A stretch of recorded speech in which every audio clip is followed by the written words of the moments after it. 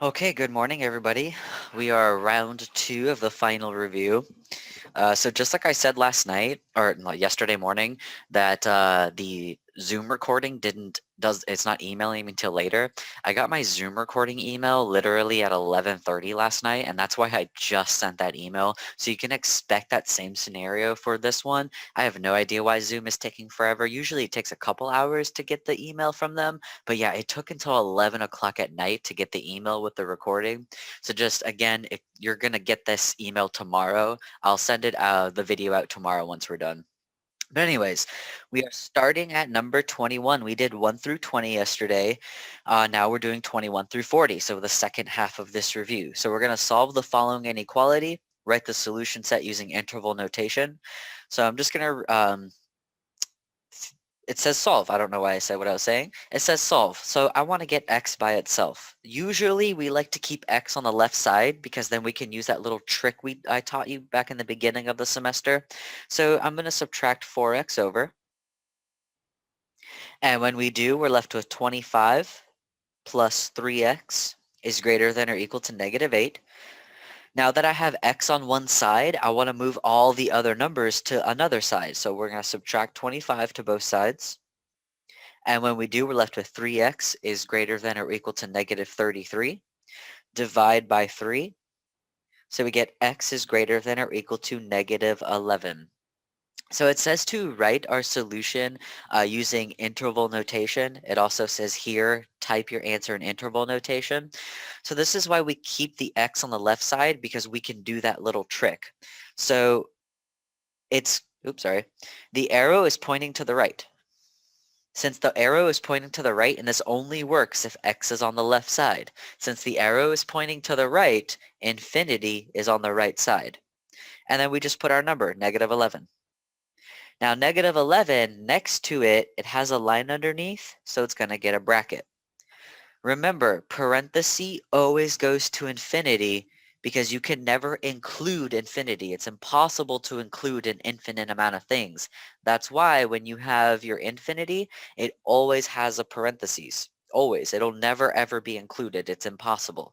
And the reason why we put it on the right side, because the arrow is pointing to the right. When you have x on the left, you can use that little trick, and it's super helpful. Okie dokie. So our solution set, we could rewrite it if we want to, negative 11 to infinity. All right, what are your questions for me?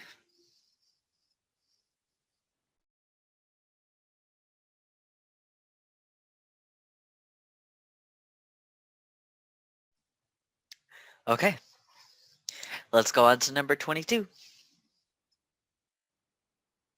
So we're going to rationalize the denominator, assume that all variables represent positive real numbers. Remember what this means? What that means is no plus or minus, just positive. That's all that means. No plus or minus, just the positive. So we don't have to be careful there. So the reason why we need to rationalize our denominator, because we're not allowed to have radicals in the bottom. The reason why we're not allowed to have radicals in the bottom, because that's irrational. And we can't have irrational things in the denominator because it's impossible. So what we do is we get rid of it by multiplying by the conjugate. Now, how do we know to multiply by the conjugate? Because we have a binomial. When you have a binomial, you're always going to multiply by the conjugate.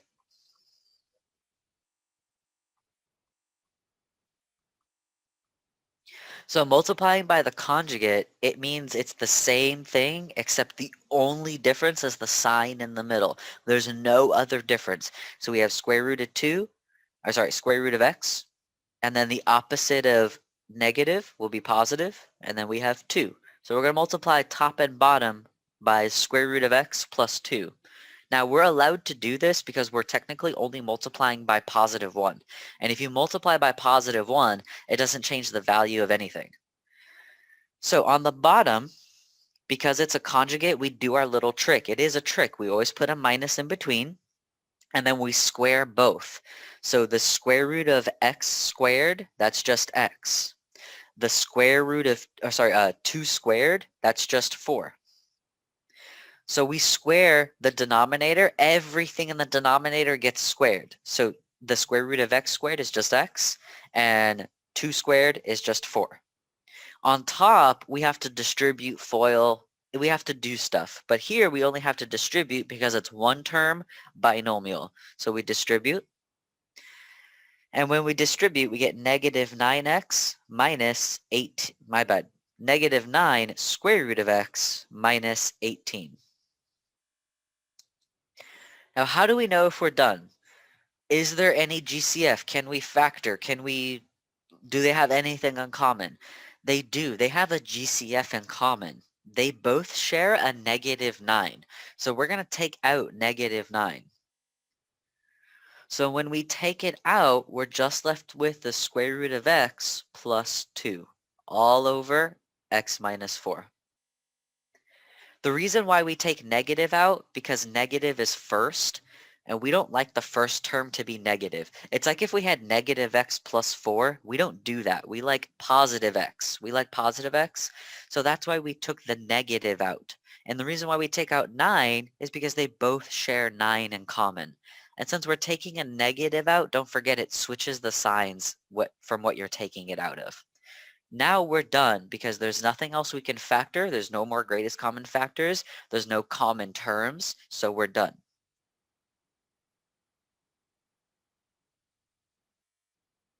Alrighty.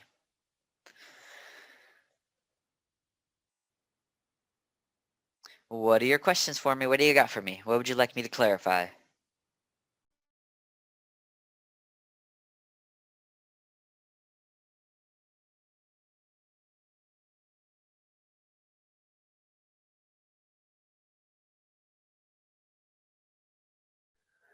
Alrighty, let's go on to 23.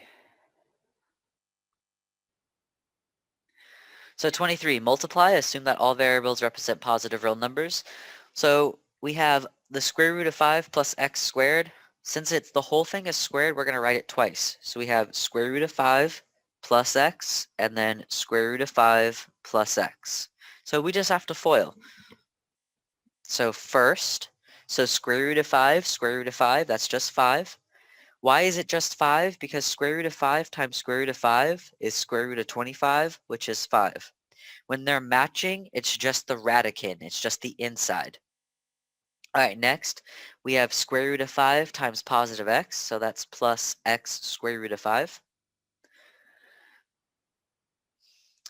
Inner, so x times square root of 5, that's just x square root of 5.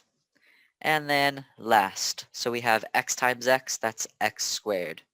Now we have a lot of terms going on here. There's a lot of letters and numbers. Let's put it in descending order. So biggest exponent to lowest exponent. So our biggest exponent is x squared. And then we have 2 of these. So that means we have 2x square root of 5 and then plus 5. And that's it. We're not going to be able to factor those or simplify beyond that. Once you FOIL and combine like terms, you're good to go.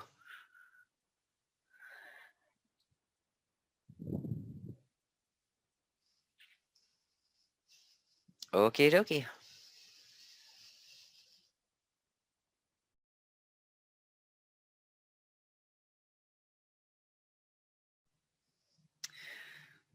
All right, what would you like to ask? What do you got for me?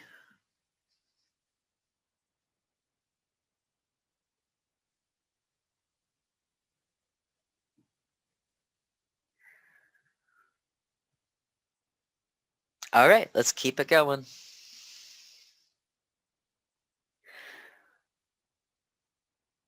Okay, in a particular year, a total of 39,637 students studied in 2 of the most popular host countries when traveling abroad. If 6,779 more students studied in the most popular host country than the second most popular host country, find how many studied abroad in each country. All right, we're obviously working with 2 different things here. 2 different things, it's the most popular country and the second most popular country. So anytime that, sorry, my wife just came home. Give me a second because my dogs are going to bark.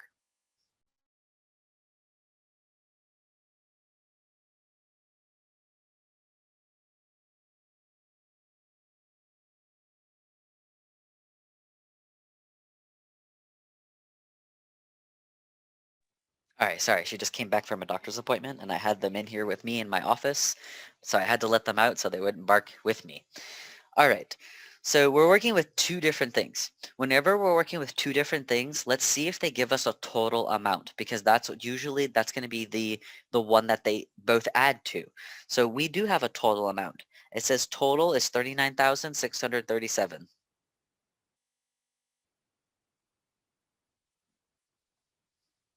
So that should always be your first step, is to find that total.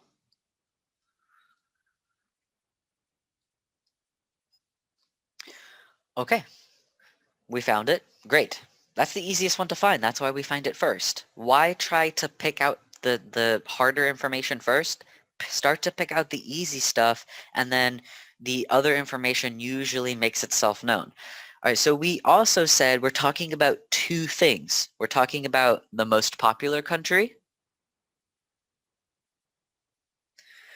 and then we're talking about the second most popular. So let's see if we can pull out information for the most popular country. So it tells us 6,779 more studied in the most popular host country. So that means it's 6,779 plus. More means plus. Now, it says it hosts more than the second country. We don't know the second country. We have no number for it. It doesn't say the second country is this much or anything. So since it tells us literally zilch about that second country represents X. So that's what the second country represents. It represents our X. Now, if we break this down the opposite way, it says the most popular country is 6,000 and some change more than the second country. And that's exactly what our numbers are saying, that the most popular country is this much more than whatever the second country is. And it says total, there's 39 and some change thousand people that go to these countries. So that means our most popular country, which is 6,779 plus X, if we add it to our second most popular country, the total should be 39,637 students. From here, it's just solving for X, which we're really, really good at by now. But before we move on to the easy part of the problem, this is the meat of the problem. This is pulling out the information is super duper difficult. So is there anything that you'd like me to clarify? Any last minute things that just still stump you about problems like this? Can we set them up as like two separate equations and then like solve for the So a system of equations, we yeah. can't here because it only equals one total. Okay. So if you had two totals, yes. Oh my gosh, good question. Yeah. No systems of equations were problems on this final. So that's a really good question. I would have never thought to brought that up. Why do we only set it up to one equation? Because it only gives us one total. When it's giving you multiple totals, then we have a system of equations, but we're not going to do anything like that for the final. It's pretty difficult, and we don't start talking about that until college algebra in that sense. So an example, let me show you. It's actually the one I took out. The example of a system of equations. I took that out, but let me show you. It's this one. You see how they give us two totals of 6% milk and 2% milk? That's how we know it's a system of equations, because we're talking about two very different things, 6% and 2%. So that's how we would know that would be a system. But no systems for the test. That's why I took that out.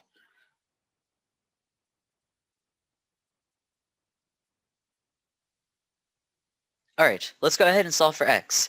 So let's combine like terms. We have x and x, that's 2x, plus 6779 equals 39637. We're going to subtract 6,000 over. So we have 2x equals 32,858.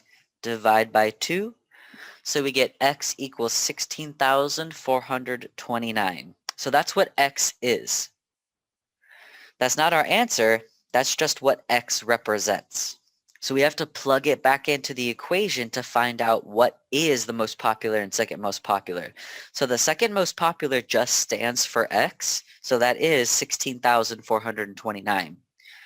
The most popular, it's x plus 6,779. So let's go ahead and plug it in. We have 6,779 plus 16,429, and we get 23,208. So now we can go ahead and answer that question that they gave us. There were blank students who studied abroad in the most popular host country, and there were blank students who studied in the second most popular host country. So the most popular was 23,208. The second most popular was 16,429.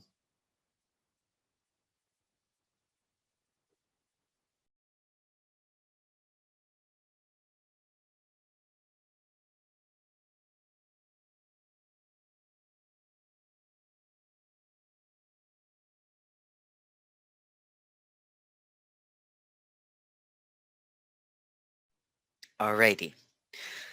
So something exactly like this will be on the test, just different numbers. So wording, everything's going to be the same.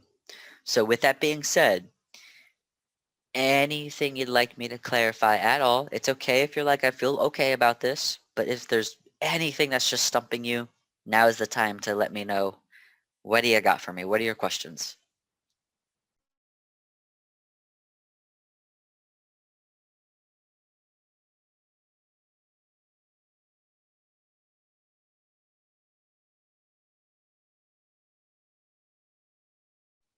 Alrighty, let's keep moving. Number 25. So we're solving this equation, and we're not going to check it. Don't worry about checking. It's going to work. This is from chapter 2. This is not from chapter 6. This is from chapter 2. So let's go ahead and just bring this out to work with it. Because if you were here yesterday, I said there's only 2 questions from chapter 6. That is true, because this is from chapter 2. All right, so we need to solve for x. Now, you could mess with the LCD, but why? That takes too much time. I don't have time for that. I don't care to use it. I just use the common denominator. Why do I use the common denominator? Because it's easy. It's 7 times 5 times 14, which is 490. It makes my life easier. Why make your life harder? Just work with all the denominators put together. So that means we're going to multiply everything by 490 over 1. So we have 490 over 1 times x over 7. Then that's going to be added to 490 over 1 times x over 5. And that equals 490 over 1 times 5 over 14. All right, from here, we cross simplify. So this is really why I use the common denominator, because when we cross simplify, it's easier for me to multiply. Now, what does that mean? So go ahead and just look for this one, and then I'll give you time to copy. If not, if you know what you're doing, keep doing it. So we're obviously going to cancel out the 7, right? Don't do this because I can erase it, but you can't. If I cancel out the 7, we're just left with 5 times 14, and 5 times 14 is 70. And then for the next one, I'm going to cancel out the 5. I cancel out the 5. So if I cancel out the 5, we're just left with 7 times 14, which is 98. And then for my last one, we're going to cancel out the 14. So if we cancel out 14, we're just left with 7 times 5, which is 35. That's literally why I use this method, because it just makes your life so much easier than having to find the LCD and then applying the LCD. So let's write what we have left over. Go ahead, and if you're copying, go ahead and copy. I'll give you a second, and then we'll write what's left over.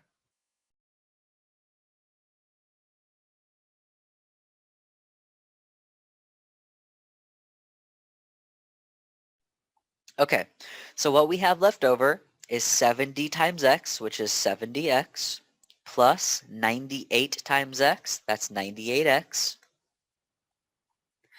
and then 35 times 5, which is 175, we combine like terms, so 70x plus 98x, we get 168x equals 175. Then we divide by 168, and we get x equals 175 over 168. Now, how do we know if we can simplify that or not? Because 168 is a weird number. That is a weird number. 175, that makes more sense because we know 5 and 25 go into it. But 175 over 168, that's a really, really hard number to simplify. You would just have to divide until you can figure out what they have in common. Or if you have a calculator, go ahead and go get it and bust it out.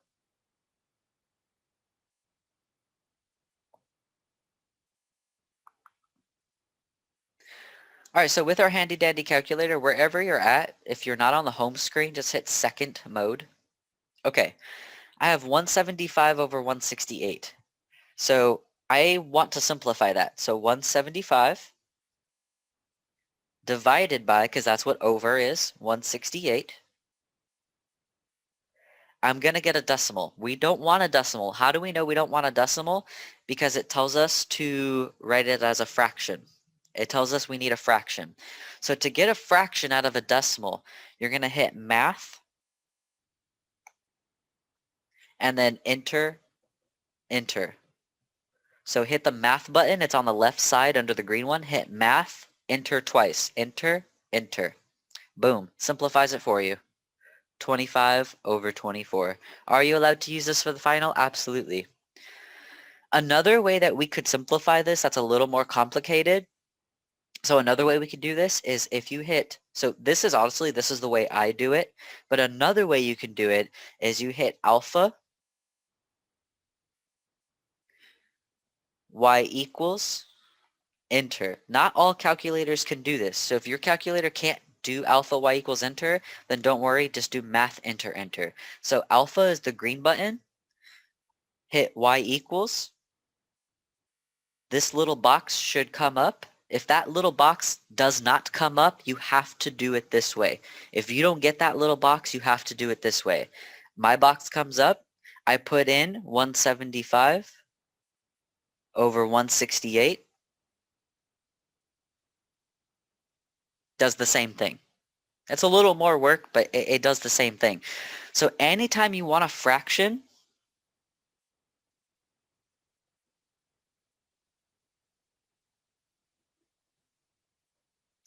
anytime you're using a fraction, you can do alpha y equals enter to get a fraction.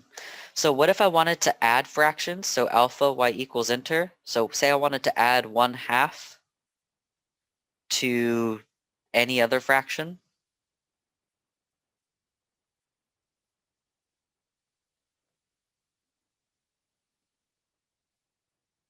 It'll add it and it simplifies for you. So doing alpha y equals enter allows you to use fractions, and once you add it, it'll all simplify. The 1/2 and 25 over 98, I just came up with that. That has nothing to do with this example. I was just showing you what your calculator can do, and you are allowed to use that. Alrighty.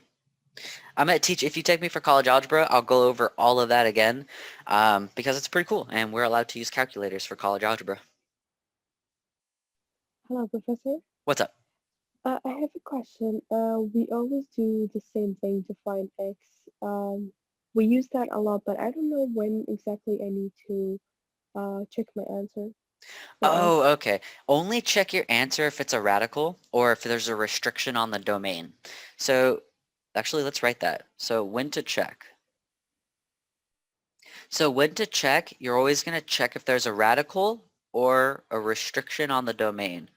Now, restriction on the domain, that sounds very convoluted. So what I'll say is variable in the denominator. Those are the only times that you need to absolutely check your answer. I know it says here to check, but the reason why we didn't, because there's no radical or a variable in the denominator. Good question.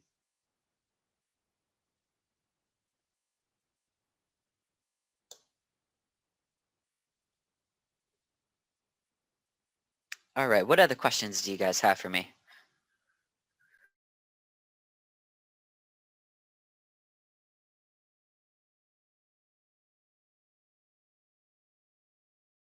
What is the variable in denominator? A variable in the denominator would look like 1 over x when you have a Okay. variable in the bottom. Yeah. Okay.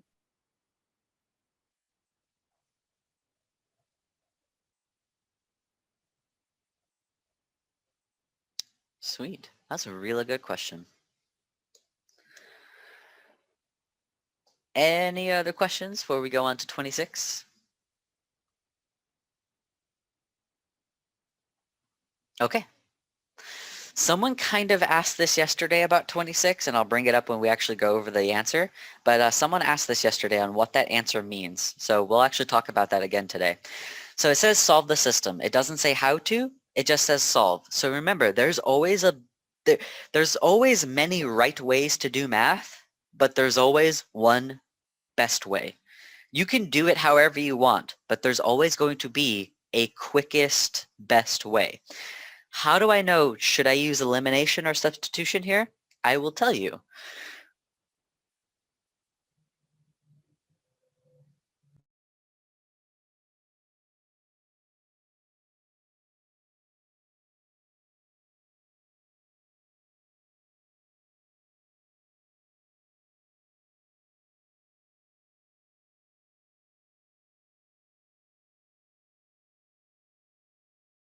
If every variable has a coefficient is the number in front. If every variable has a coefficient, you're going to use elimination. That's why we're going to use elimination here, because every variable has a coefficient. If that's not the case, I would use elimination or a substitution. It doesn't matter. You can use either or. It does not matter. But the reason why I would use elimination, it's because of the coefficients. If I didn't have all coefficients, I personally would use substitution method. I like it better. It just works better for me. But I will not use substitution if I have a bunch of coefficients. I know straight up use elimination method. So that's why we're going to use elimination method here. So let's go ahead and just rewrite our problem so we can work with it.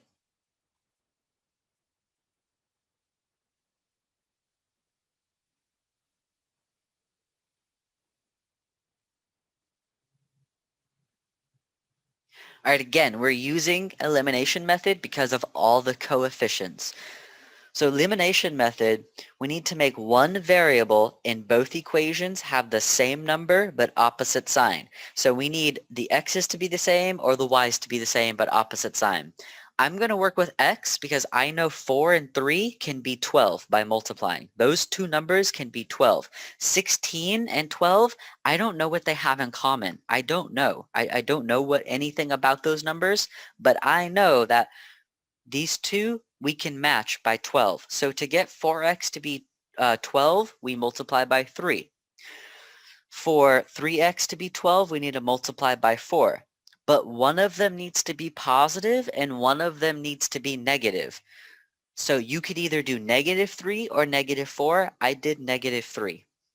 No, I just did it because it's the top. But you could have also done -4. The reason being because one of them needs to be -12x and the other one needs to be +12x. So we need to make sure one of them comes out negative. So on the top, we have -3 times 4x, that's -12x. -3 times +16y, that's -48y. I almost dropped my pen. And then 44 times -3, that's -132. On the bottom, we do the same thing. So we multiply 3x times 4, that's +12x. 12y times 4, that's +48y. 33 times 4, that's +132. And then we add straight down. So -12x plus 12x, that goes away. That was our goal, so it should go away. -48y plus 48y, that goes away. Everything on the left side cancels out, so we're left with 0. On the right side, we have -132 plus 132. That goes away. We're left with 0. 0 equals 0, that's true. Since it's a true statement, it's all real numbers. It's not no solution because it's true. It's only no solution when it's a false statement. So this is a true statement. That means our answer is B. That's a way to say all real numbers. All this is saying is that it's just all real numbers. It's actually stating that that's the constant is 4x plus 16y equals 44, but that's just essentially saying it's all real numbers.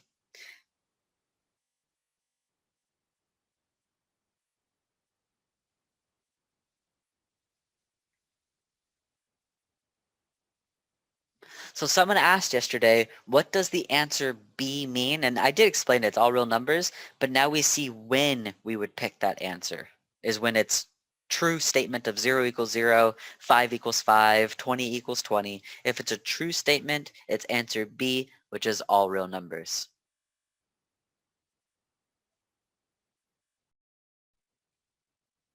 Alrighty, what are your questions for me?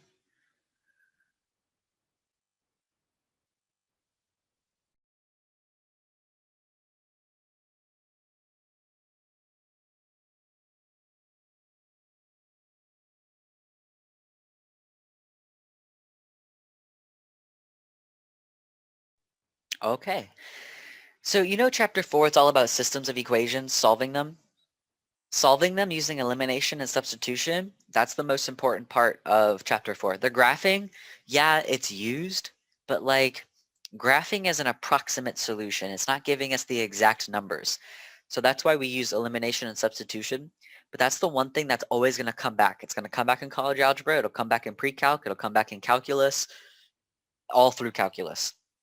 So this does come back with 3 variables. So make sure that before you get to college algebra, substitution and elimination method, you can do that like no big deal. Like that's just something you get. If you're going on to college algebra, really focus on this. Alrighty. Anything you'd like to ask before we move on to 27?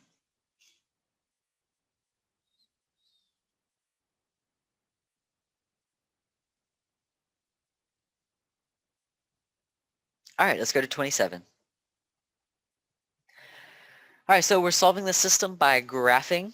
So let's just, when we have a system and we're graphing, it's just 2 graphs on the same coordinate plane. It's just 2 of the same lines on a coordinate plane. So we work with them individually. So our first one, we have 5y minus 15x equals 0.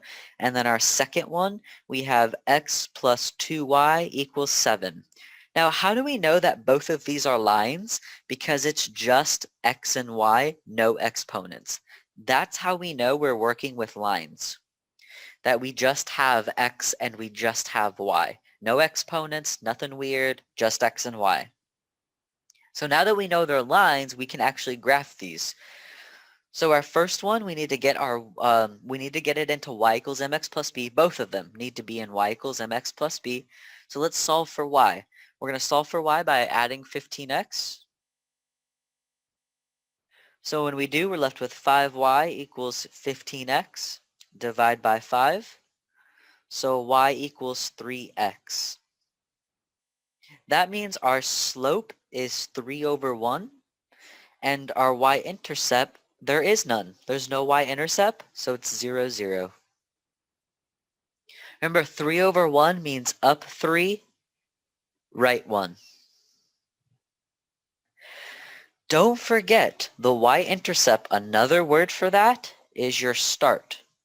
And any synonym of that word, initial value, initial, first purchase, anything that means start, that's your y-intercept. So let's go ahead and graph this. So 0, 0 is our first point. Then we're going to go up 3, right 1. And since we're talking about a system, I want a bunch of points. I want as many points as I can get because we want to see where they intersect. So up 3, right 1, up 3, right 1, up 3, right 1. I can't go any more in that direction, so we can also go down 3, left 1. We can also go in the exact opposite direction. So back at my start, back at 0, 0, I'm going to go down 3, left 1, down 3, left 1, down 3, left 1. And then from there, we connect the dots. I know on my math lab, you just have to put 2 dots and that's it. But when you're doing it by hand, do as many dots as you can, because that's going to give us the graph. But I know on my math lab, it's just 2 dots and they create the rest. But when we do it by hand, it doesn't auto-generate. So we need to do everything on our own.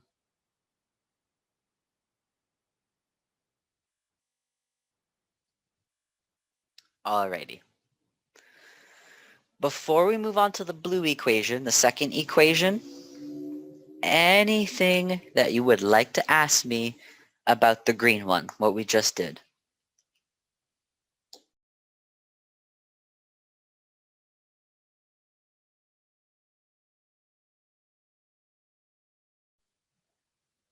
Okay, let's go on to the blue one. So same thing for the blue one. Let's get y by itself. So we're going to subtract x. So we have 2y equals negative x plus 7. Divide everything by 2. So we have y equals negative 1/2 x plus 7 over 2. Now when we graph our y-intercept, we want using decimals. It's just going to make our life super easy if we use decimals. Honestly, when we have a decimal here, we're always going to want to work with decimals. But for now, let's keep it over 7 over 2, because that's technically the correct way. But we're going to change this to graph. So in order to graph, we're going to use decimals. So our slope is going to be negative 0.5 x, which is negative 0.5 over 1. So we're going to go down 0.5, right 1. Or we can go up 0.5, left 1. The reason why we're working with decimals, because 7 over 2, that's a decimal. That's why we're changing the slope to a decimal. Now our y-intercept. Professor, Sorry, go ahead. From where did phi come from? It's 0.5, 1/2. Oh. Yeah. Oh, okay, okay. Oh, let me put. Oh, yeah. Let me put the See 0. the point. Yeah, Yeah. I know. You're fine. That's me. I need to get into that habit of putting the 0 in front because it's hard to see that negative, especially the way I write. It's me. So our y-intercept is 7 over 2. So 0, 7 over 2. But I don't want to work with fractions like that for the y-intercept. So we're going to switch this to a decimal. So it would be 0, 3.5. So let's put that little disclaimer in here.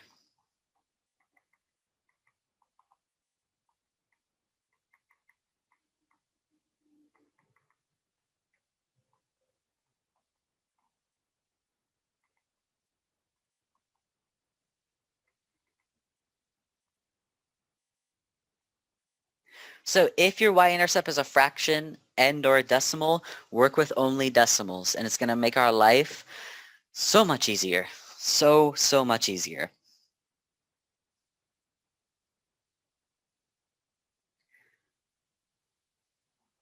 All right, I'm going to give everyone some time to write what I just wrote, and then we'll go ahead and translate it to a graph.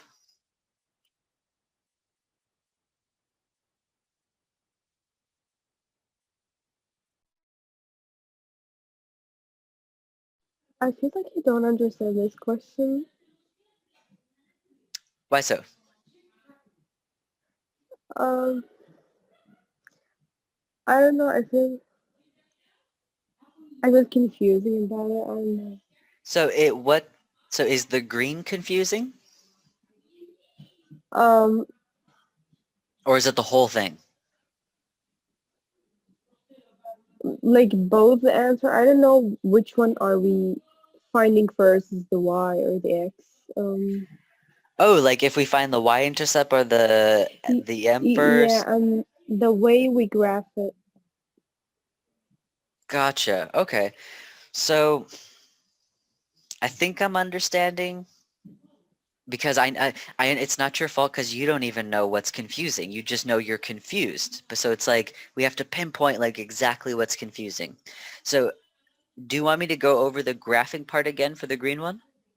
The way you graph it, yeah. The way I graph it? Okay, we can do that, Yeah. yeah. Yeah, let's do that.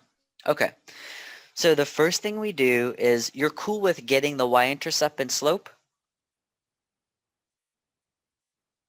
Like, do you Yeah. feel, yeah, you feel comfortable? Okay, so it's literally just the graphing. We can fix Mm. that. That's the easy part. We got you. Okay. So the first thing we do is always plot the y-intercept first. And since there's nothing right here, it's always going to be 0, 0. So we go to 0, 0 and plot that. Then we use our slope. So our slope can go two different ways. It can either, since it's positive, it can go up and right, or you can flip it and go down and left. The reason why we can do both ways, because that's positive, positive, and this is negative, negative. And we know negative, negative turns into positive regardless. That's why we can do it both ways. So at our y-intercept, we're going to go up 3, so up 3, so up 1, up 2, up 3, right 1. And then we just keep following that pattern until we can't anymore. So up 3, so up 1, up 2, up 3, right 1. Up 1, up 2, up 3, right 1. And I can't go anymore, so we stop there. And now we're going to go the other way. So the other way, how do we do the other way? We go back to our original first point. So the first point is always your y-intercept. So I'm going back to my y-intercept, and then I'm going to go the opposite way. So down 3, left 1, sorry. Down 3, left 1. And keep going until we can't anymore. So down 3, left 1. And that's all we do. From there, we just connect all of our dots as best as we can.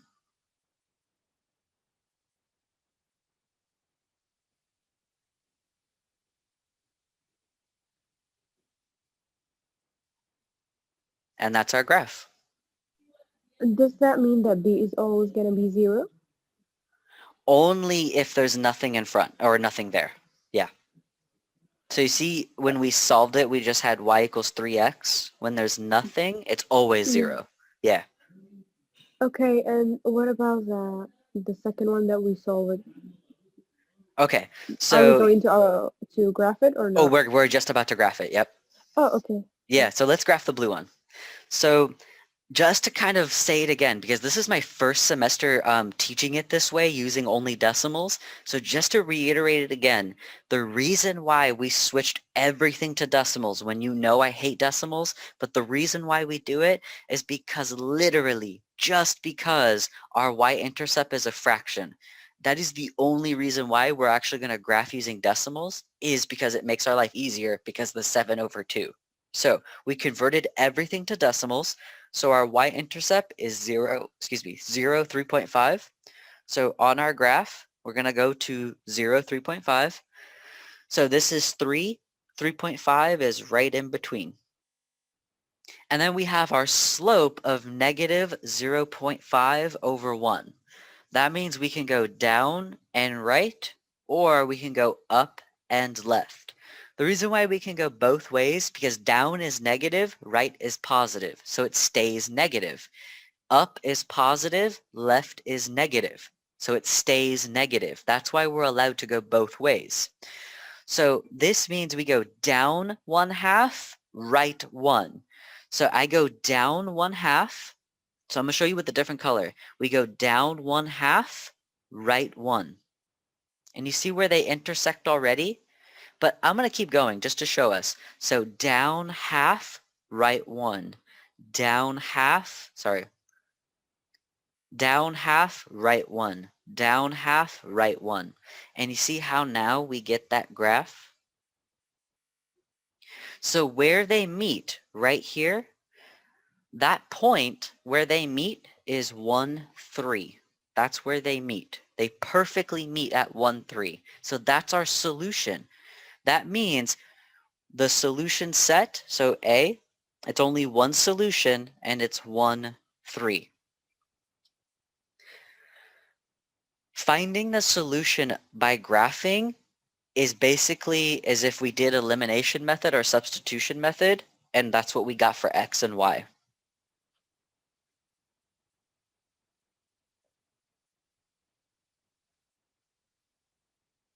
Alrighty.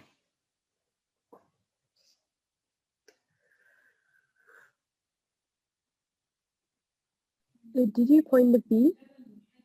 I did, yeah. I plotted the B. It's right here. So the B was 0, 3.5. So 0, 3.5. I go up 3.5. It was right here. It's also 0 because the answer was -1 I over got 2x. you. X is always 0. Why? Because the B is the Y-intercept. And when we find the Y-intercept, isn't X 0? That's why the X is always going to be 0. The Y, that's your B. So the Y, that part is always going to be your B. Yeah, the B is on the Y-intercept. Right? Correct. Yeah, and that's why X is 0 because it's the Y-intercept. 7 over 2 is 0. 0, 3.5. Oh, okay. So we are going just to put it at the 0. Yes, always, because it's the Y-intercept, so it's always going to be X 0 and then number. That's always Okay. going to be your Y-intercept, yeah. Okay. Good questions.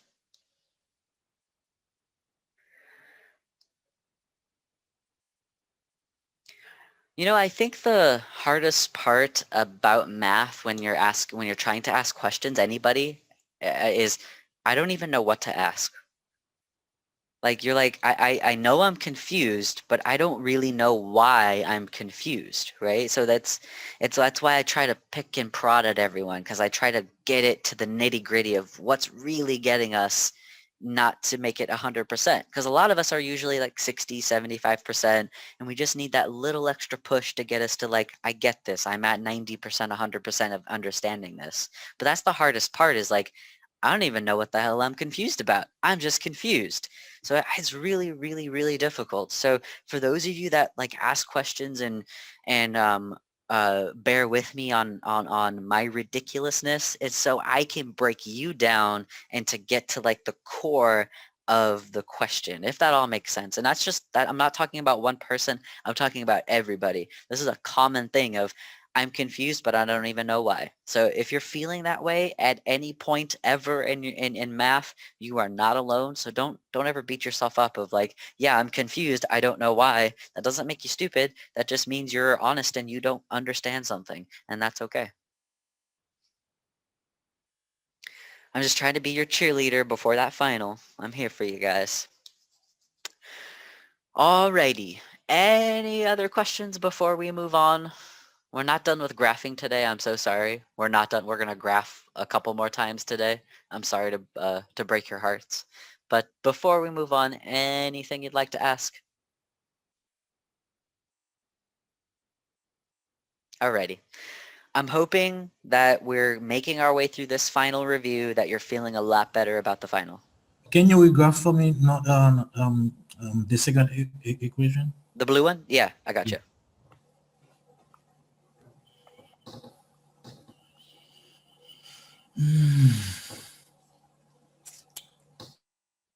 All right.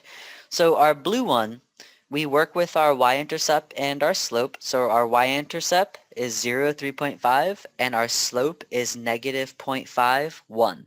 So we have our directions. We can go down 0.5 and right 1, or up 0.5 and left 1. So the first thing we're always going to plot is our y-intercept. So our y-intercept is 0, 3.5. So 0, 3.5. So here is 3.5. That's 0, 3.5. Then we use our slope of negative 0.5, 1.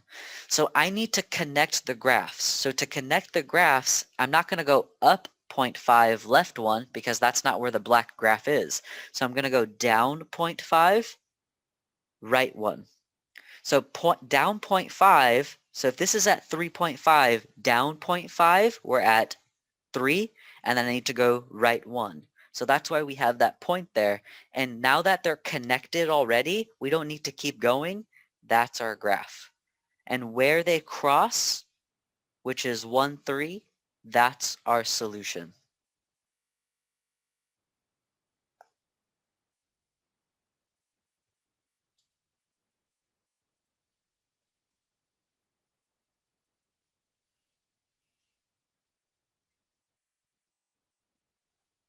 Graphing's already tough, and then we put decimals to it, it makes it way harder. So you can expect decimals for the test. It's going to be literally just like this, except different numbers, of course.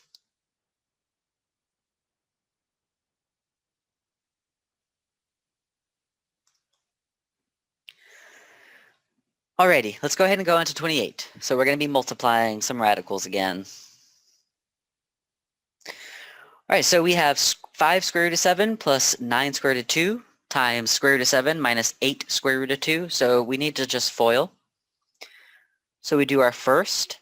So we have outside, outside, inside, inside. So outside is 5 and nothing. So it's just 5 times. Then we have square root of 7 times square root of 7. So that's square root of 49. And what's the square root of 49? It's just 7. Now we need to do outside. So we have 5 times 8, which is, so times negative 8, which is negative 40. And then square root of 7, square root of 2, that's the square root of 14. Now we do inside. So we have 9 square root of 2 times square root of 7. So 9 times nothing, that's just positive 9. Square root of 2 times square root of 7, that's the square root of 14. And then last. So we have 9 times 8, negative 8, which is negative 72. And then we have square root of 2 times square root of 2, which is just 2. Let's kind of like break things down and simplify. We could do 5 times 7, which is 35. These both have square root of 14s, so we can combine them. So negative 40 square root of 14s plus 9 square root of 14s is negative 31 square root of 14s. And then we have negative 72 times 2, that's negative 144. We can combine like terms one more time. 35 minus 144, we get negative 109 minus 31 square root of 14. You could also write this negative 31 square root of 14 minus 109. It doesn't matter how you write it, they both mean the same thing.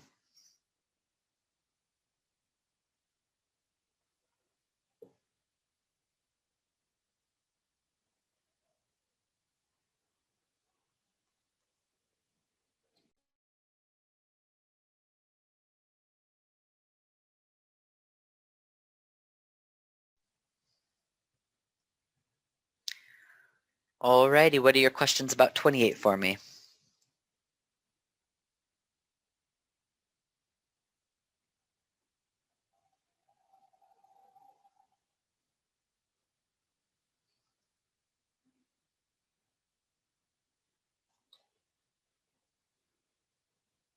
Alright, let's go on to 29. We're going to use the quotient rule to simplify, assume that all variables represent positive real numbers. Remember, that just means no plus or minus. That just means work with what we have. So anytime we have a fraction with a radical, we're going to separate it into 2. So we have the square root of 5x squared, and then we have the square root of 9y squared. So let's see if we can simplify anything. On the top, we have square root of 5 times square root of x squared. And on the bottom, we can simplify that because what's the square root of 9? 3. And what's the square root of y squared? Y. On the top, we can keep simplifying because the square root of x squared. We can simplify that to x. So we have x square root of 5 over 3y.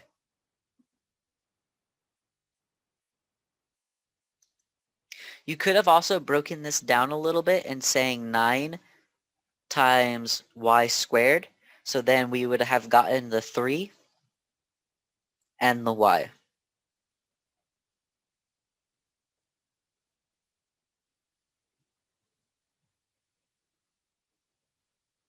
Always look to see if you can simplify before you try to rationalize the denominator. That's what this example is for. Always try to simplify before you rationalize.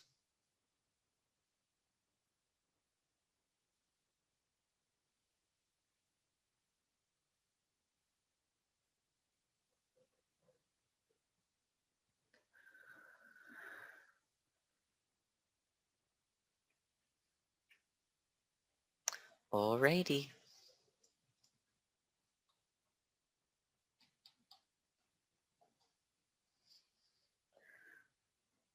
Any questions for me?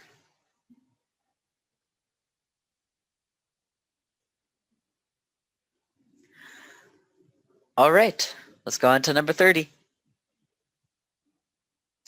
So we're adding, we need to simplify and type our answer in the form a plus bi. So when we're adding, we can get rid of those parentheses. We have 4 minus 9i plus 3 plus 8i.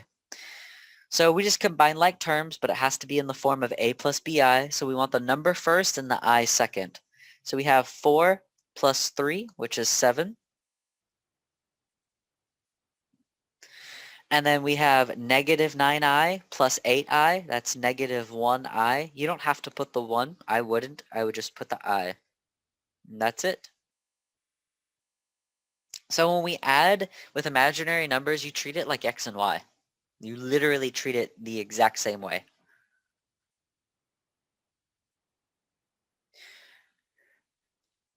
Some of you might have worked with I a lot. If you took Algebra 2, a lot of people in Algebra 2, you even learn to graph using I, but if you haven't, you'll talk about it for sure in pre-calculus. It's really easy to graph imaginary numbers. It's no different. It's absolutely no different.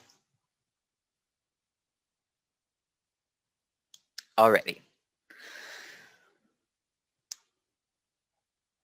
So yeah, this one's pretty simple, but that doesn't mean that someone might be a little like, even if you're like 5% lost on anything, is there anything that's not 100% clear about adding with imaginary numbers?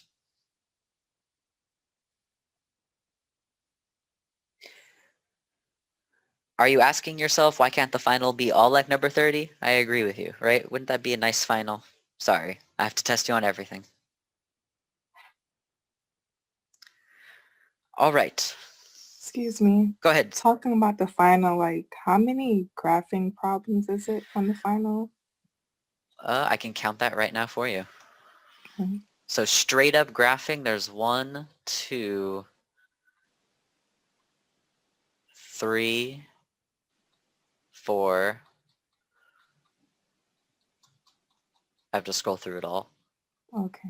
We got 5. We're almost there. Just 5. Just 5. Okay. Just Out 5. of Yep. like, I don't know, 40. I assume like 40. Okay. Yeah. Just 5 out of 40. Yep. Okay. Not All a right, lot. Thank you. You're welcome. Yeah, good question.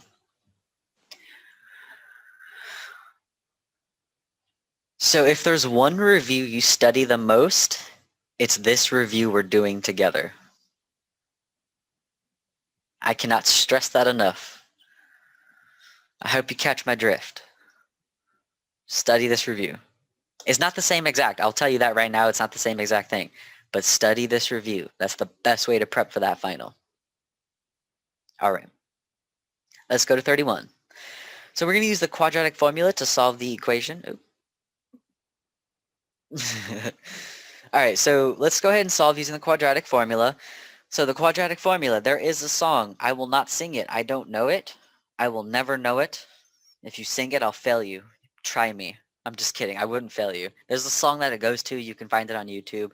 But the quadratic formula is x equals negative b plus or minus the square root of b squared minus 4ac all over 2a.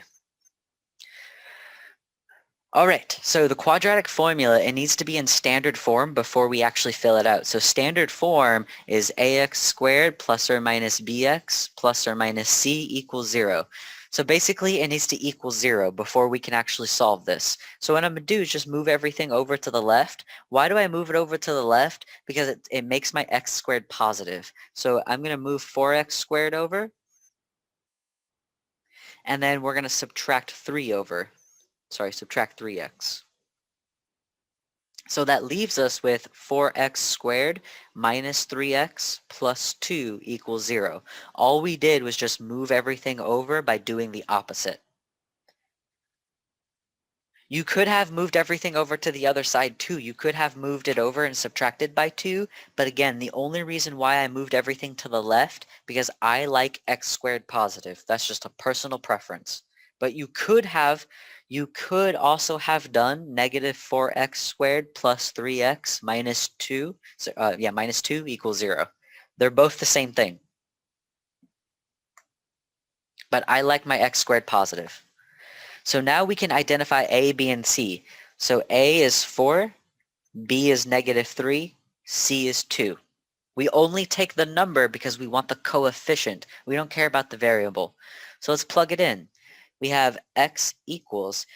Do you notice x is by itself? That's why we can use the quadratic formula, because this is saying we're solving for x. So we have negative b. B is negative 3 plus or minus b squared, so negative 3 squared minus 4 times a, which is 4, times c, which is 2, all over 2a, which is 4. I will highlight where I got everything from so you're not confused at all.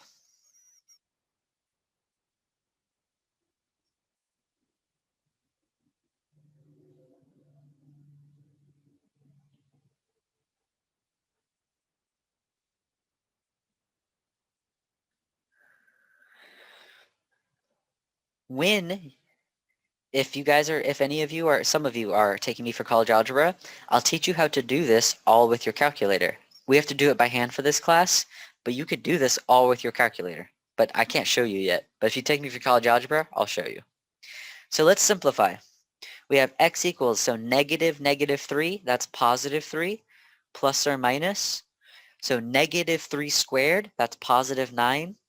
Negative 4 times 4 is negative 16, and negative 16 times 2 is negative 32, all over 2 times 4, which is 8. We keep simplifying the radical, so we have 3 plus or minus the square root of negative 23 over 8. We can keep simplifying. How do we know we can keep simplifying? The negative. We know that negative inside just means I. So we have 3 plus or minus I square root of 23 over 8. I cannot simplify anymore because 23 is prime and 3 and 8 and this have nothing in common. All 3 need to have something in common. They don't, so that is my final answer. You could write it x equals 3 plus I square root of 23 over 8, comma, 3 minus I square root of 23 over 8. That's how my math lab is going to have you put it, but just know plus or minus, that whole thing right here, that's all it means, is that you have 2 equations. Why did we have to make sure we wrote I? It told us. Oh, sorry, I was using white. You can't see it. It told us to use I as needed. So that's why we knew to simplify past I. Give me 1 second, I'll be right back.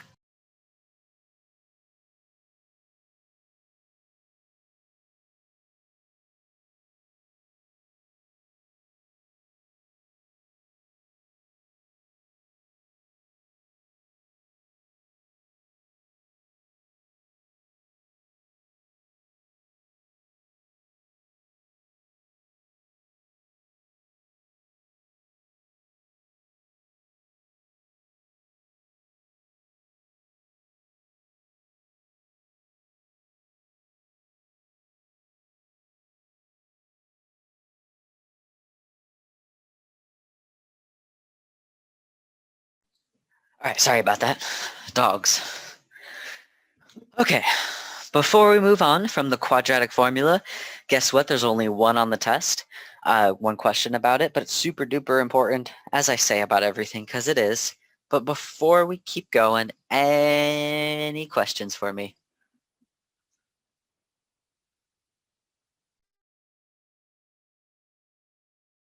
I have a question.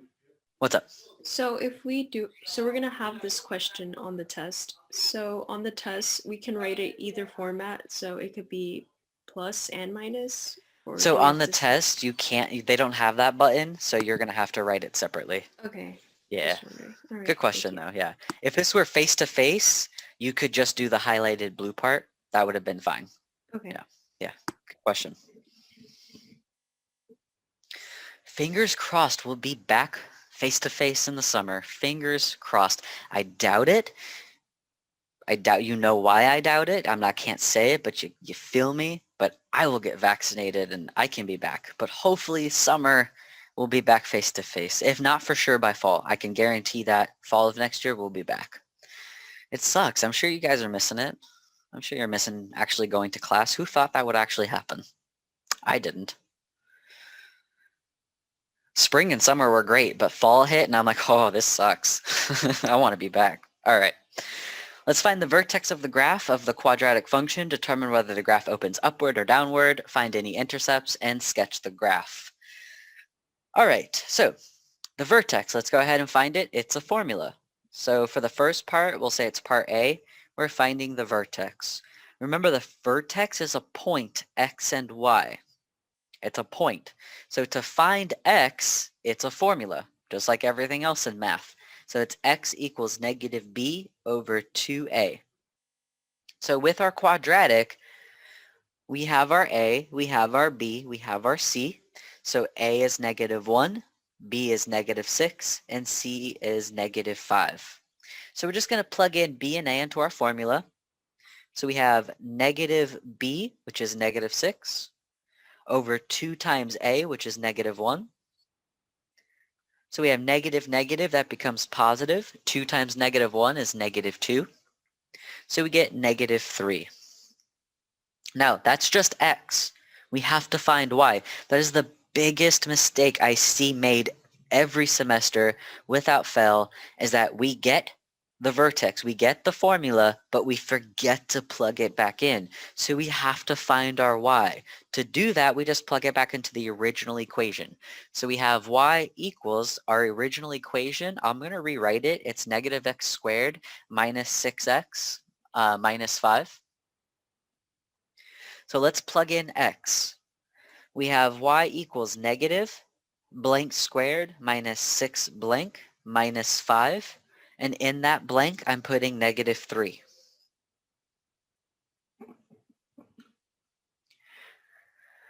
Now, if you have a handy-dandy calculator, plug it in exactly the way it looks. I'll do it by hand for us. I'll keep doing it by hand. So we have negative, and then negative 3 squared is positive 9. The negative's on the outside, that's why it stays negative 9. Then we have negative 6 times negative 3, that's negative 18, minus 5, and we get positive 4. So our vertex, the vertex itself, is negative 3, 4.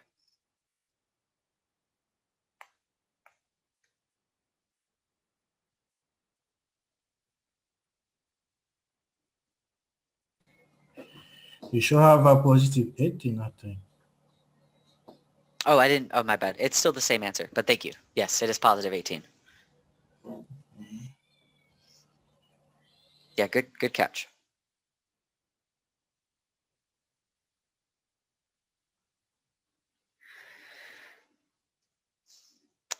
All right.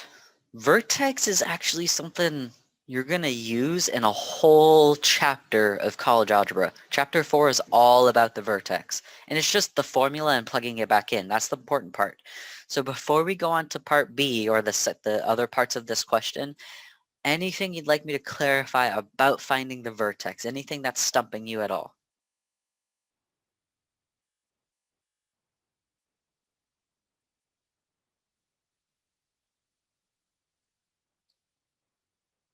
All right, let's go ahead and put that in there for the vertex. So our vertex is negative 3, 4. So now we need to know if it opens upward or downward. That all has to do with your first x, so the number in front of x squared.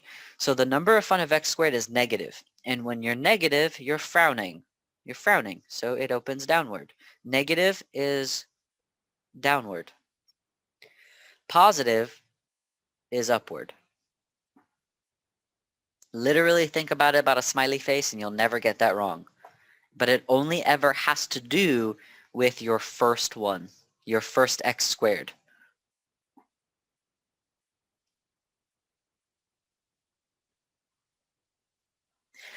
All right, let's find any x-intercepts of the graph. There's a couple ways that we can do this, and it's solely up to you. So we need to find x-intercepts. There's a couple ways we can find x-intercepts of a quadratic. So if you have a quadratic and you need to find your x-intercepts, there's a couple ways we can do that. We can factor. Technically everything is called factoring, but we don't associate that word to it. Factoring we associate to this. Or we can use the quadratic formula.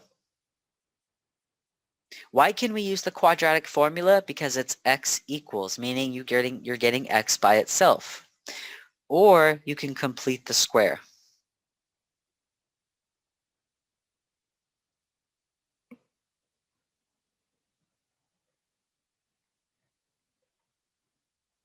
Complete the square should always be your last option.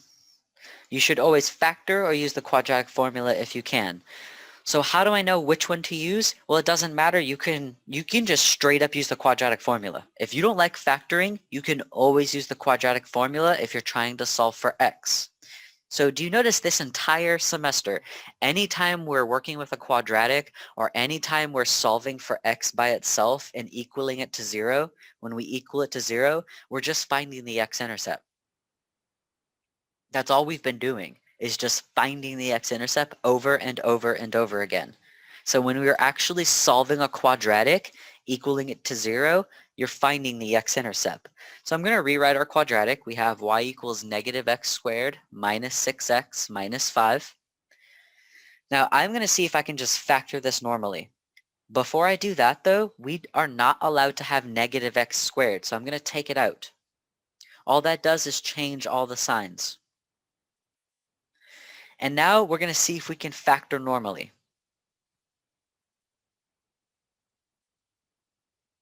I'm sorry, it's supposed to be equal to 0. I don't know why it's supposed to be 0.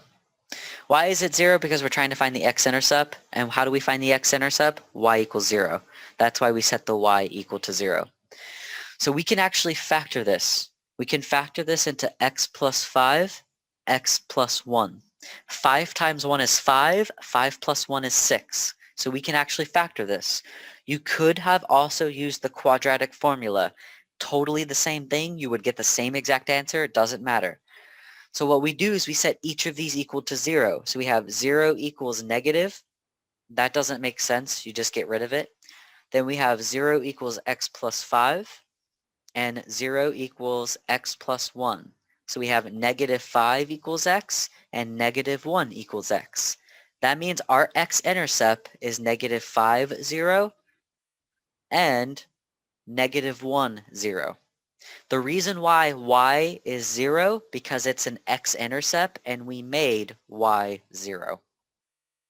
When you find your x-intercept, y is always 0.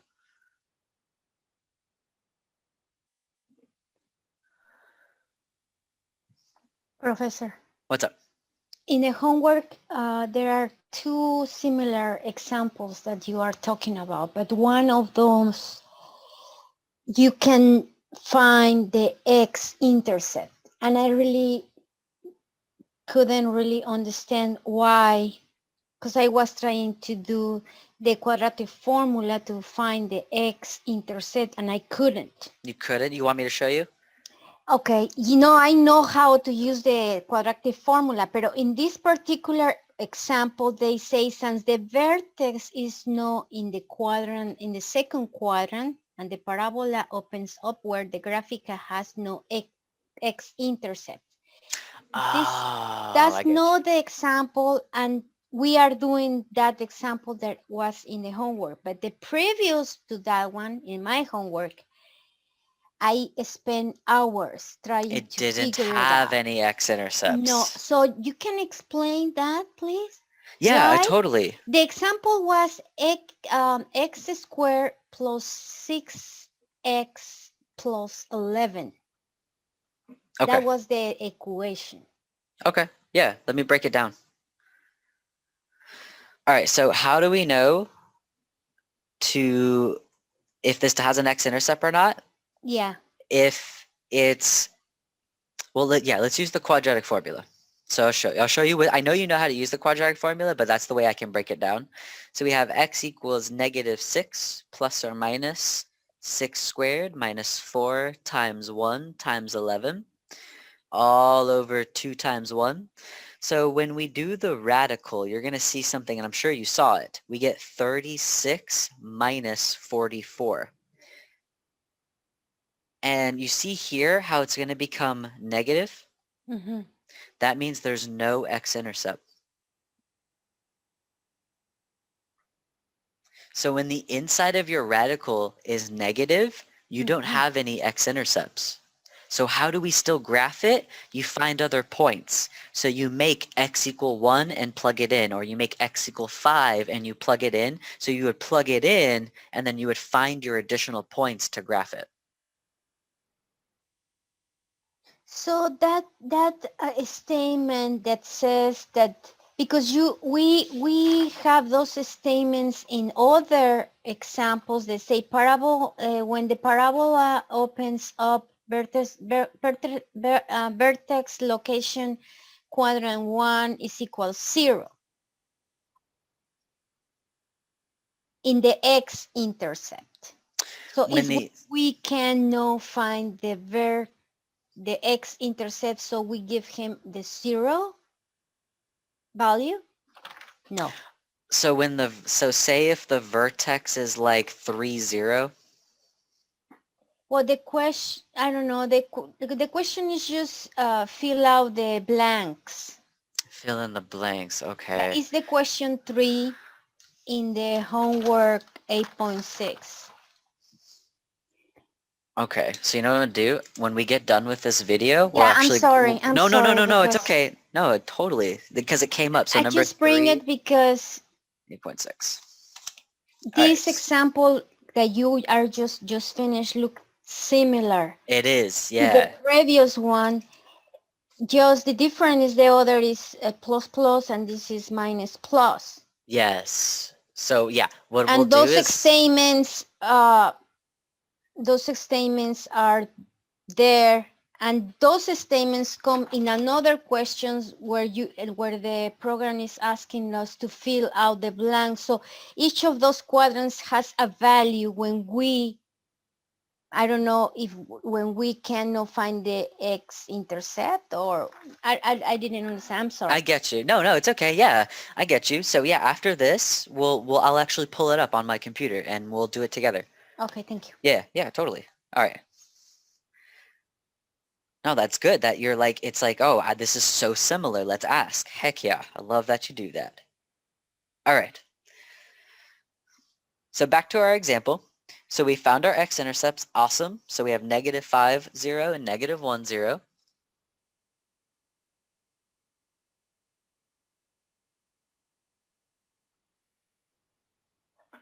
All right. So why did we write it as an ordered pair? Let me tell you, because it told us to. Type as an ordered pair. So that's why we use it as an ordered pair. Now we need to find the y-intercept. Guess what? You don't need to plug in. So usually when we find the y-intercept, we make x equals 0. But guess what? You don't need to ever do that ever again. Don't even mess with that. When you have a quadratic, your y-intercept is c. So see how c is -5? That means our y-intercept, it wants that as an ordered pair. So it's 0, -5. Your y-intercept is always the c. Let's put c of quadratic. That only works with the quadratic. That trick only works with the quadratic. So whatever your c is, whatever that is, that's always your y-intercept.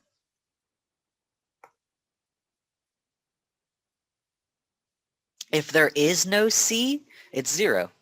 There's always a 0 everywhere. After this, I can put +0. Guess what? It's there. We just don't put it. So if there is no C, your y-intercept is 0, 0. Okay. And that's always, that's a rule. That's a rule with quadratics. That's not a trick. That's literally a rule. Now we have everything to graph. So we plot our vertex. Our vertex is negative 3, 4. Then we have our y-intercepts. So we have a y-intercept at negative 5, 0 and negative 1, 0. And then we have a y-intercept at 0, negative 5. That's there. And then from there, we just connect our dots as best as we can. It'll automatically do that for you, but yeah.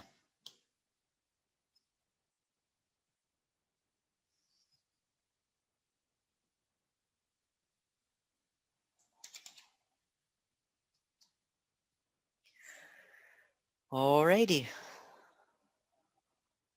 I can't zoom out to everything. That's all we can see because it's a pretty big example.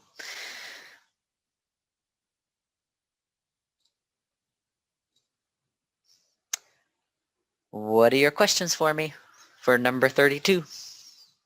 What is the 4 and negative 3? The negative 3, 4? The point. 4, negative 3. The red point. Oh, negative 3, 4, that's the vertex. Oh, we have to put the vertex? Yes, yeah, the vertex is always your first point. Okay. Yeah, so vertex is like your start. Yeah.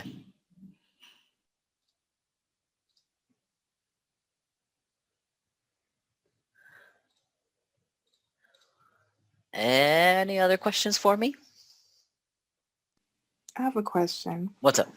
I get kind of confused. I know in 8.5 on my math lab, it gave us the option to do a dash line. Is that like pertaining to this? I know, well, it's obviously not a line on this question, but what is the difference? How do we know when to do a dash line or not? Gotcha. When we're talking about inequalities. So when you see inequalities, if there's no line underneath, it's dashed. If there is a line underneath, it's solid. Yeah, so you see here how it's an equal sign? That's why we don't even care about that. Okay. Yeah, good question. Thanks. Yeah, and that does come back. Oh, that comes back. It comes back in college algebra. I literally taught that this week. So that it will come back. Okay. Yeah. All right. Anything else you'd like to ask me before we move on?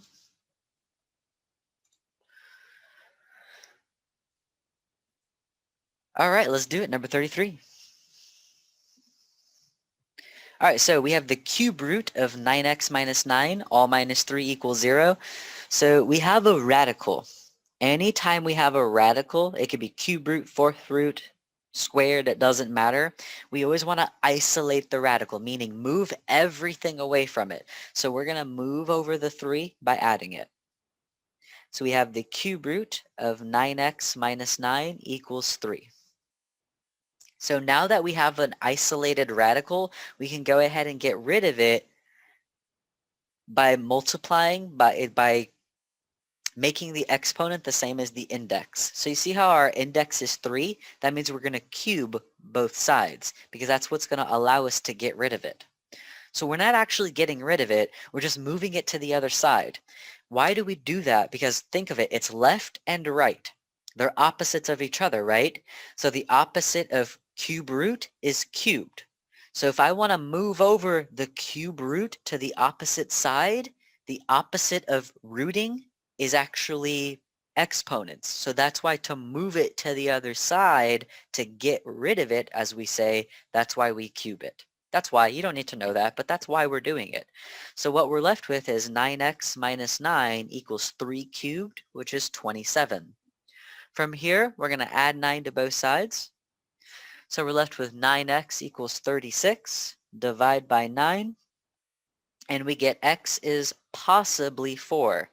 Why do I say possibly 4? Because Danya asked this great question. How do we know when to check our answers?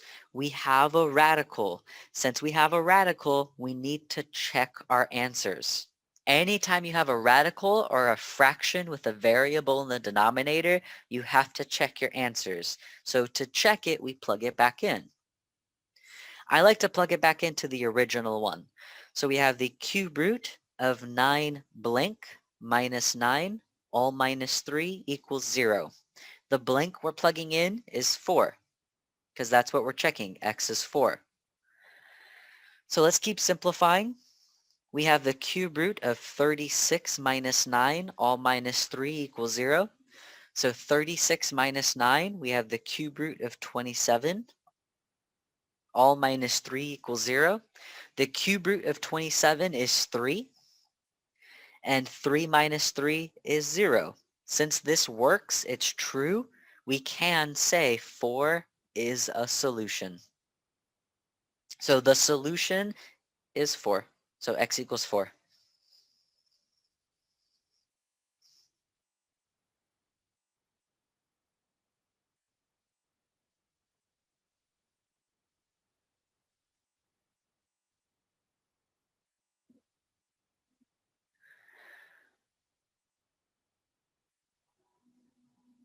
If you forget to check for the final, you'll be okay.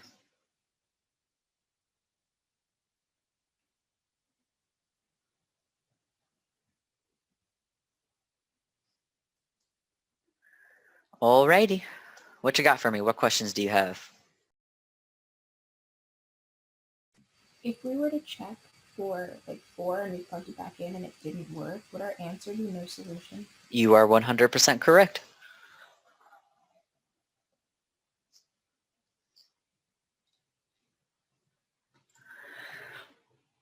Okie dokie. Any other questions before we move on to 34?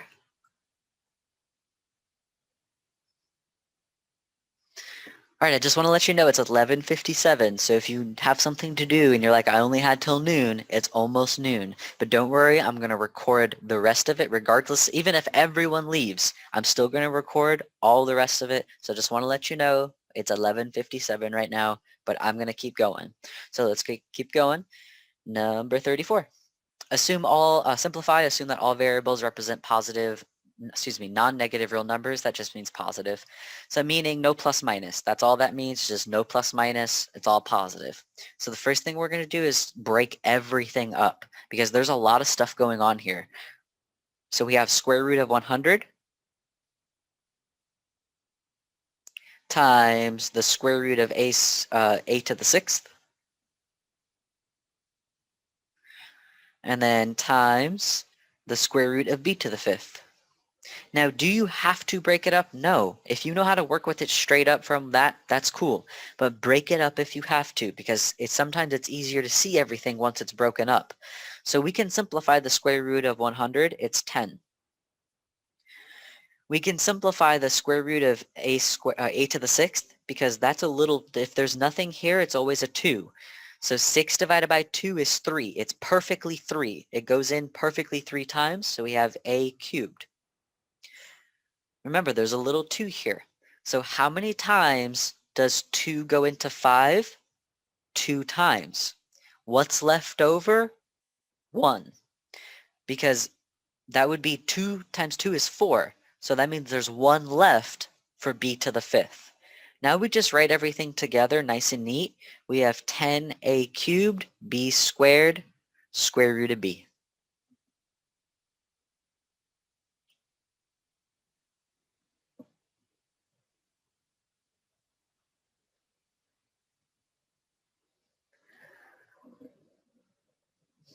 Alrighty.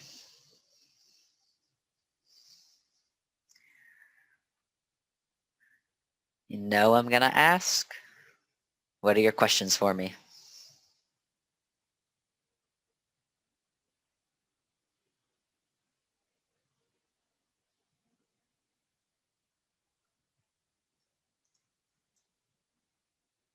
All right, let's go to 35.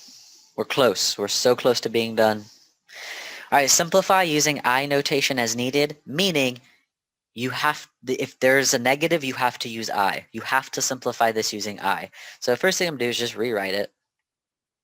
And now I'm going to break this up because I know negative, that's just negative 1 times the square root of 45. And I know negative 1 stands for I. Now, do you have to take that convoluted long way? No, you can just say negative. So you could just do this. I square root of 45 and then keep going. But I broke it down letting you know why it's I, because of the negative. Negative 1 times 45 is negative 45. And we know negative 1 actually represents I. Now we can break down 45. We could break down 45 into 9 times 5. So then we can simplify. We have I times 3 times square root of 5. If we just rewrote this to make it look better, it's 3i square root of 5.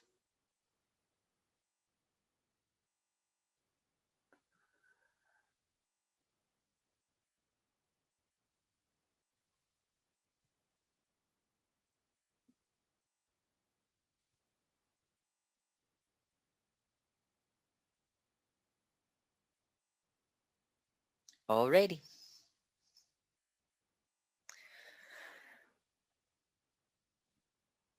What if you have the square root of 45 memorized? What if you just know that's 3 square root of 5? You don't have to show your work. Like, I have quite a few numbers memorized just because they're so common, like 20, 45. That's all I can think of right now. But I have a few things memorized. So if you just have it memorized, that's fine too. Because over time, you'll have these weird square roots memorized on how to simplify them.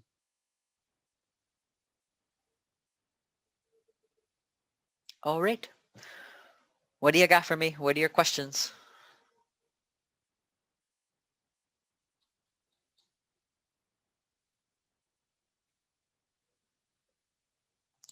Do you notice that the majority of this final is radical work? It's all chapter 7. I would say the majority of this final, if you broke it down, it's mostly chapter 7. All right, 36. Simplify, assume that all variables represent positive real numbers, meaning no plus minus, just work it out, simplify. So the first thing I'm going to do, because I see multiple things, I'm going to break it up. So we have the cube root of 135 times the cube root of y to the 8th. So the cube root of 135, that's not a normal number. There is no perfect cube root. So how do I find my cube roots? I'll show you with my calculator.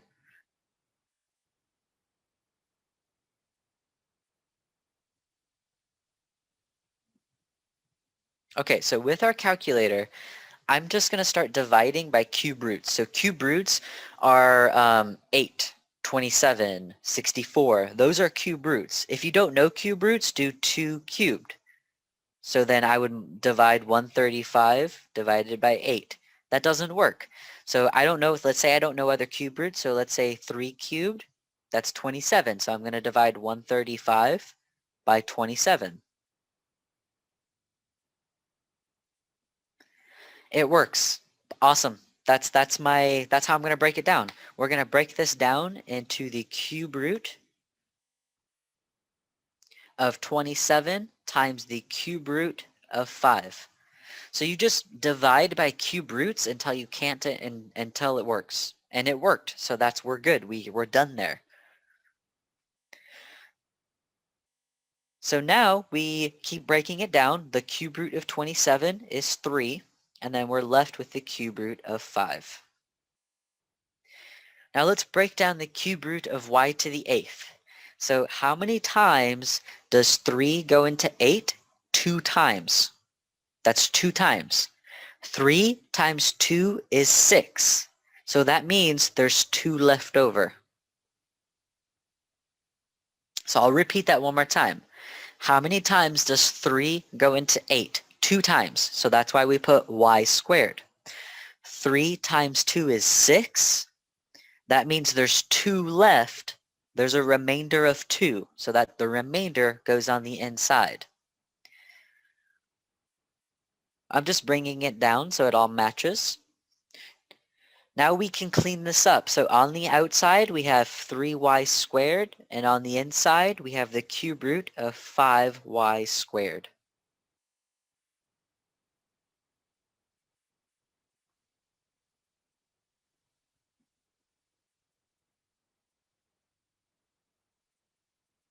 Oh, I forgot the squared.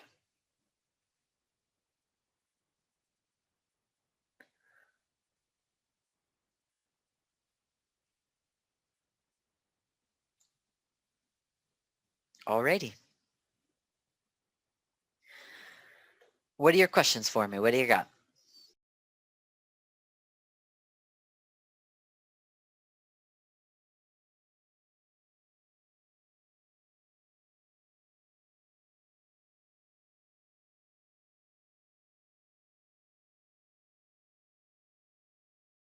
All right, number 37. We're going to identify the domain and then graph the function.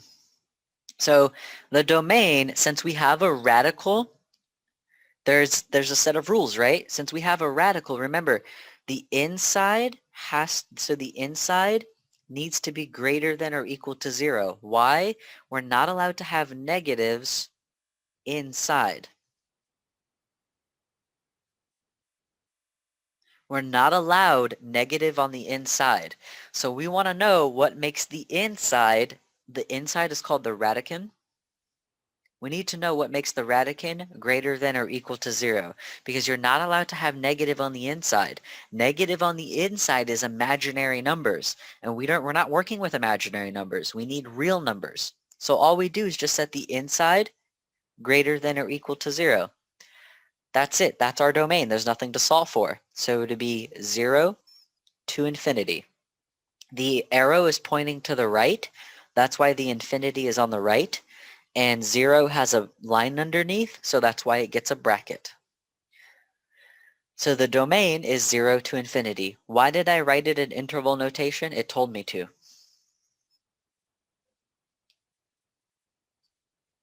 So now we need to graph this. We need to graph it.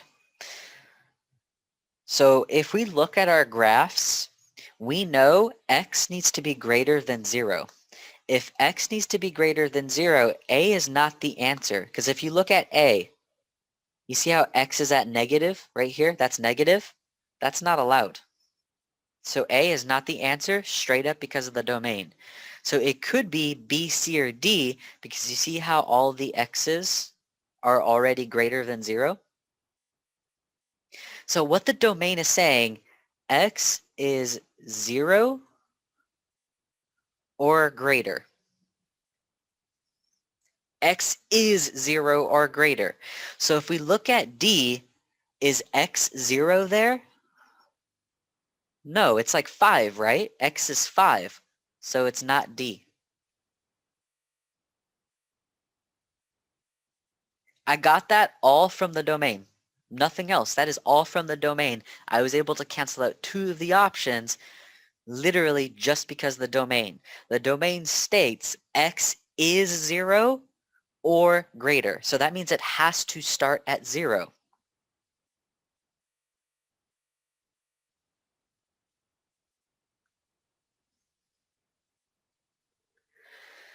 So now we need to identify whether it's B or C.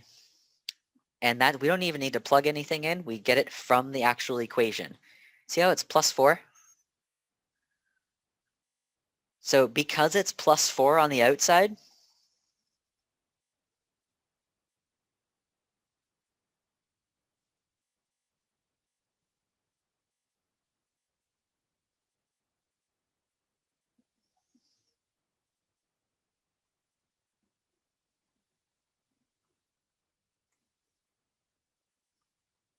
that's our y-intercept. The plus 4 on the outside, that means your graph goes up 4 units. AKA, that's your start. Your start needs to be at 0, 4. That's the y-intercept. So it's not B because that's negative. That's negative whatever. So it's C because that is positive 4.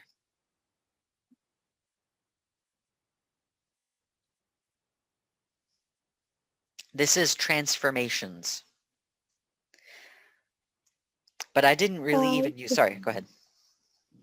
I understand the graph, but I don't understand from where you get the 0 and the to the infinity, the So, okay, points. yeah. So 0 to infinity, that's from our domain. And the reason why it's 0 to infinity, because our domain, when we have a radical, it's only the inside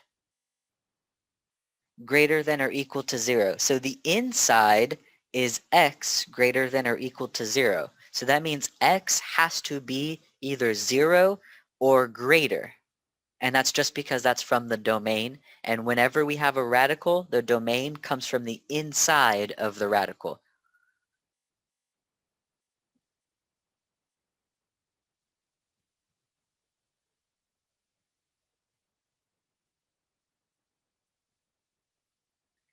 And why we set it greater than or equal to 0?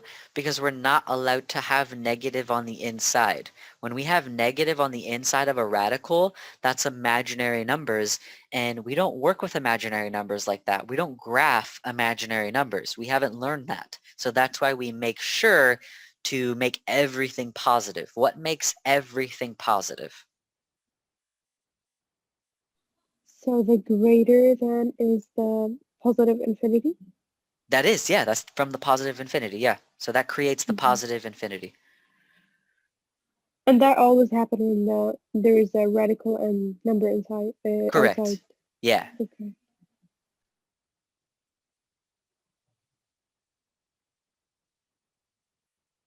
Good question. All right. We got a couple more to go. We are almost there. What other blah blah blah, getting tongue-tied. What other questions do you have for me?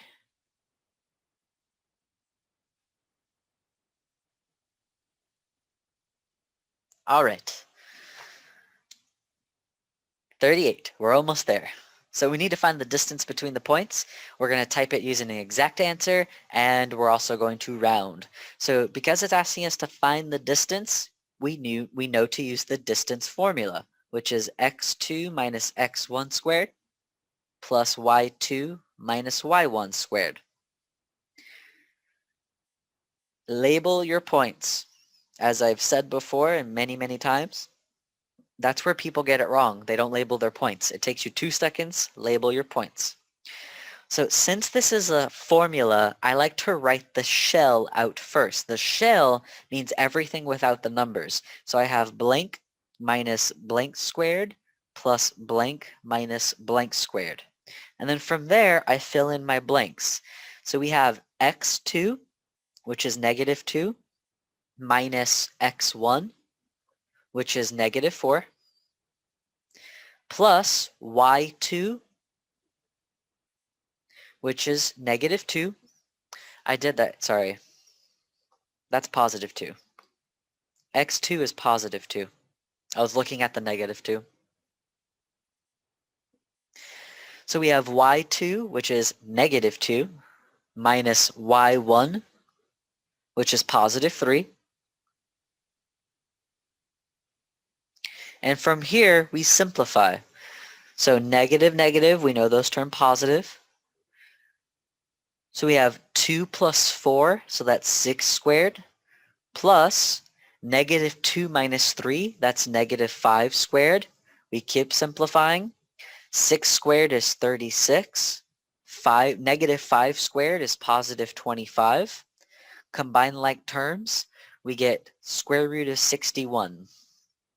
That cannot be simplified. 61 is prime. So that is our exact solution, square root of 61 units. The approximate, and it says to round to the nearest thousandth as needed. So our approximate, when that comes up on our calculator, I actually didn't write it on my calculator. When that comes up on the calculator, it's 7.810249676. That's what your calculator gives you. It says to round to the nearest thousandth. The nearest thousandth is 3 decimal places. So if we were to round this, it would be 7.810. Why do we have to put the 0? Because it told us to round to the thousandth. That's why we have to. We have to have 3 decimal places because it told us we need 3 decimal places. So we have to put that 0.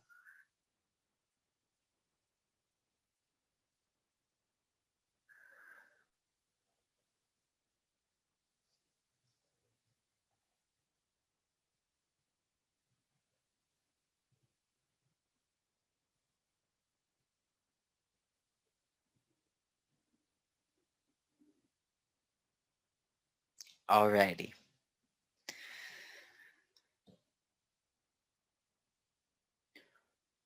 Anything you need clarified about the distance formula?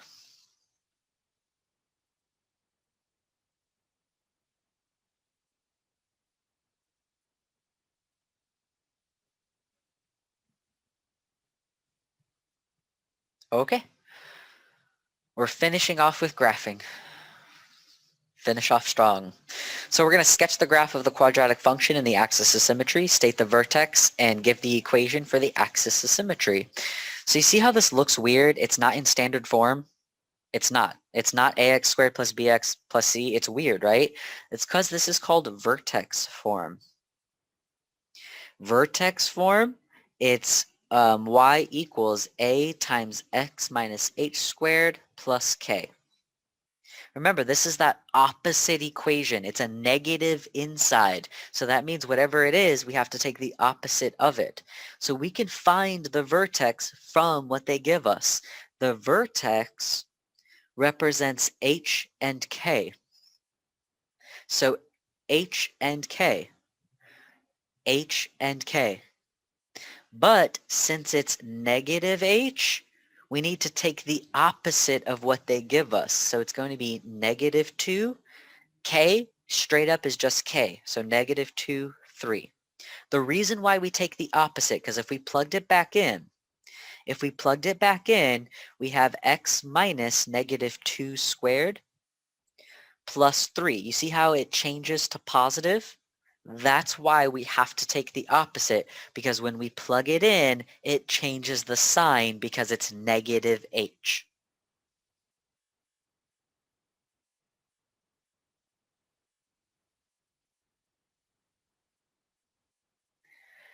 The axis of symmetry is whatever x is, so x equals negative 2.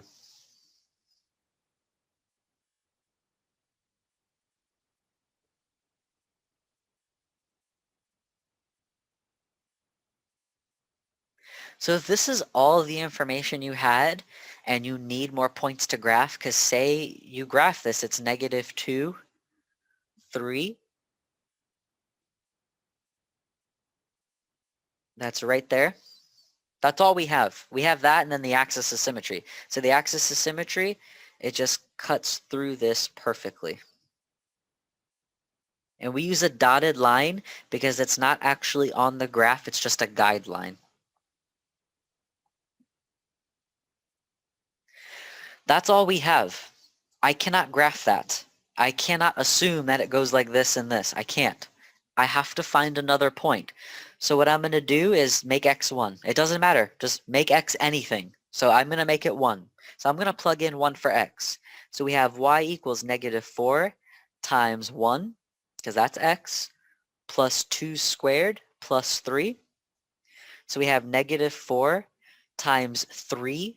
So times 3 squared, this becomes 3, and 3 squared is 9, plus 3. So we get negative 36 plus 3, which is negative 33. That's a weird number, but that's okay. So we have 1, negative 33. That's not going to fit on our graph, but at least we can get the shape of it. So 1, negative 33. We'd say it's down here. That works. So now I can actually connect the dots. And that's it. You could pick any x. You could pick 2, 3, 4. You can pick negative 1. You can pick negative 3. You can pick any x. Now, since negative 33 is not on the actual coordinate plane, I would go ahead and pick another number. So why would I pick another number? Because I want something that's on the coordinate plane. So what I'm going to do is just see if something works. Literally, it's trial and error. So I'm going to say this time x is -3. And let's see what happens. So we have y equals -4 times x, which is -3 plus 2 squared plus 3. So we have -4 times -1 squared plus 3. So -1 squared is just +1. So we have -4 plus 3, that's -1. So we would have the point -3, -1. That's on the graph. That's on the coordinate plane. So -3, -1 is right there. So you see how like the graph is just a sketch? But if we picked another point, we'd have been able to get that really nice shape of the graph. So it's really narrow. Why is it really, really narrow? Because that number on the outside. The bigger it is, the more narrow it is.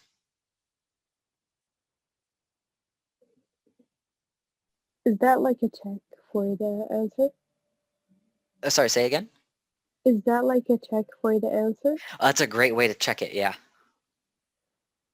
Okay, I understand how you get that -33, but from where the one? I came up with it. Since we can pick any x, because it's a quadratic, I want more points, so I picked any x and plugged it in.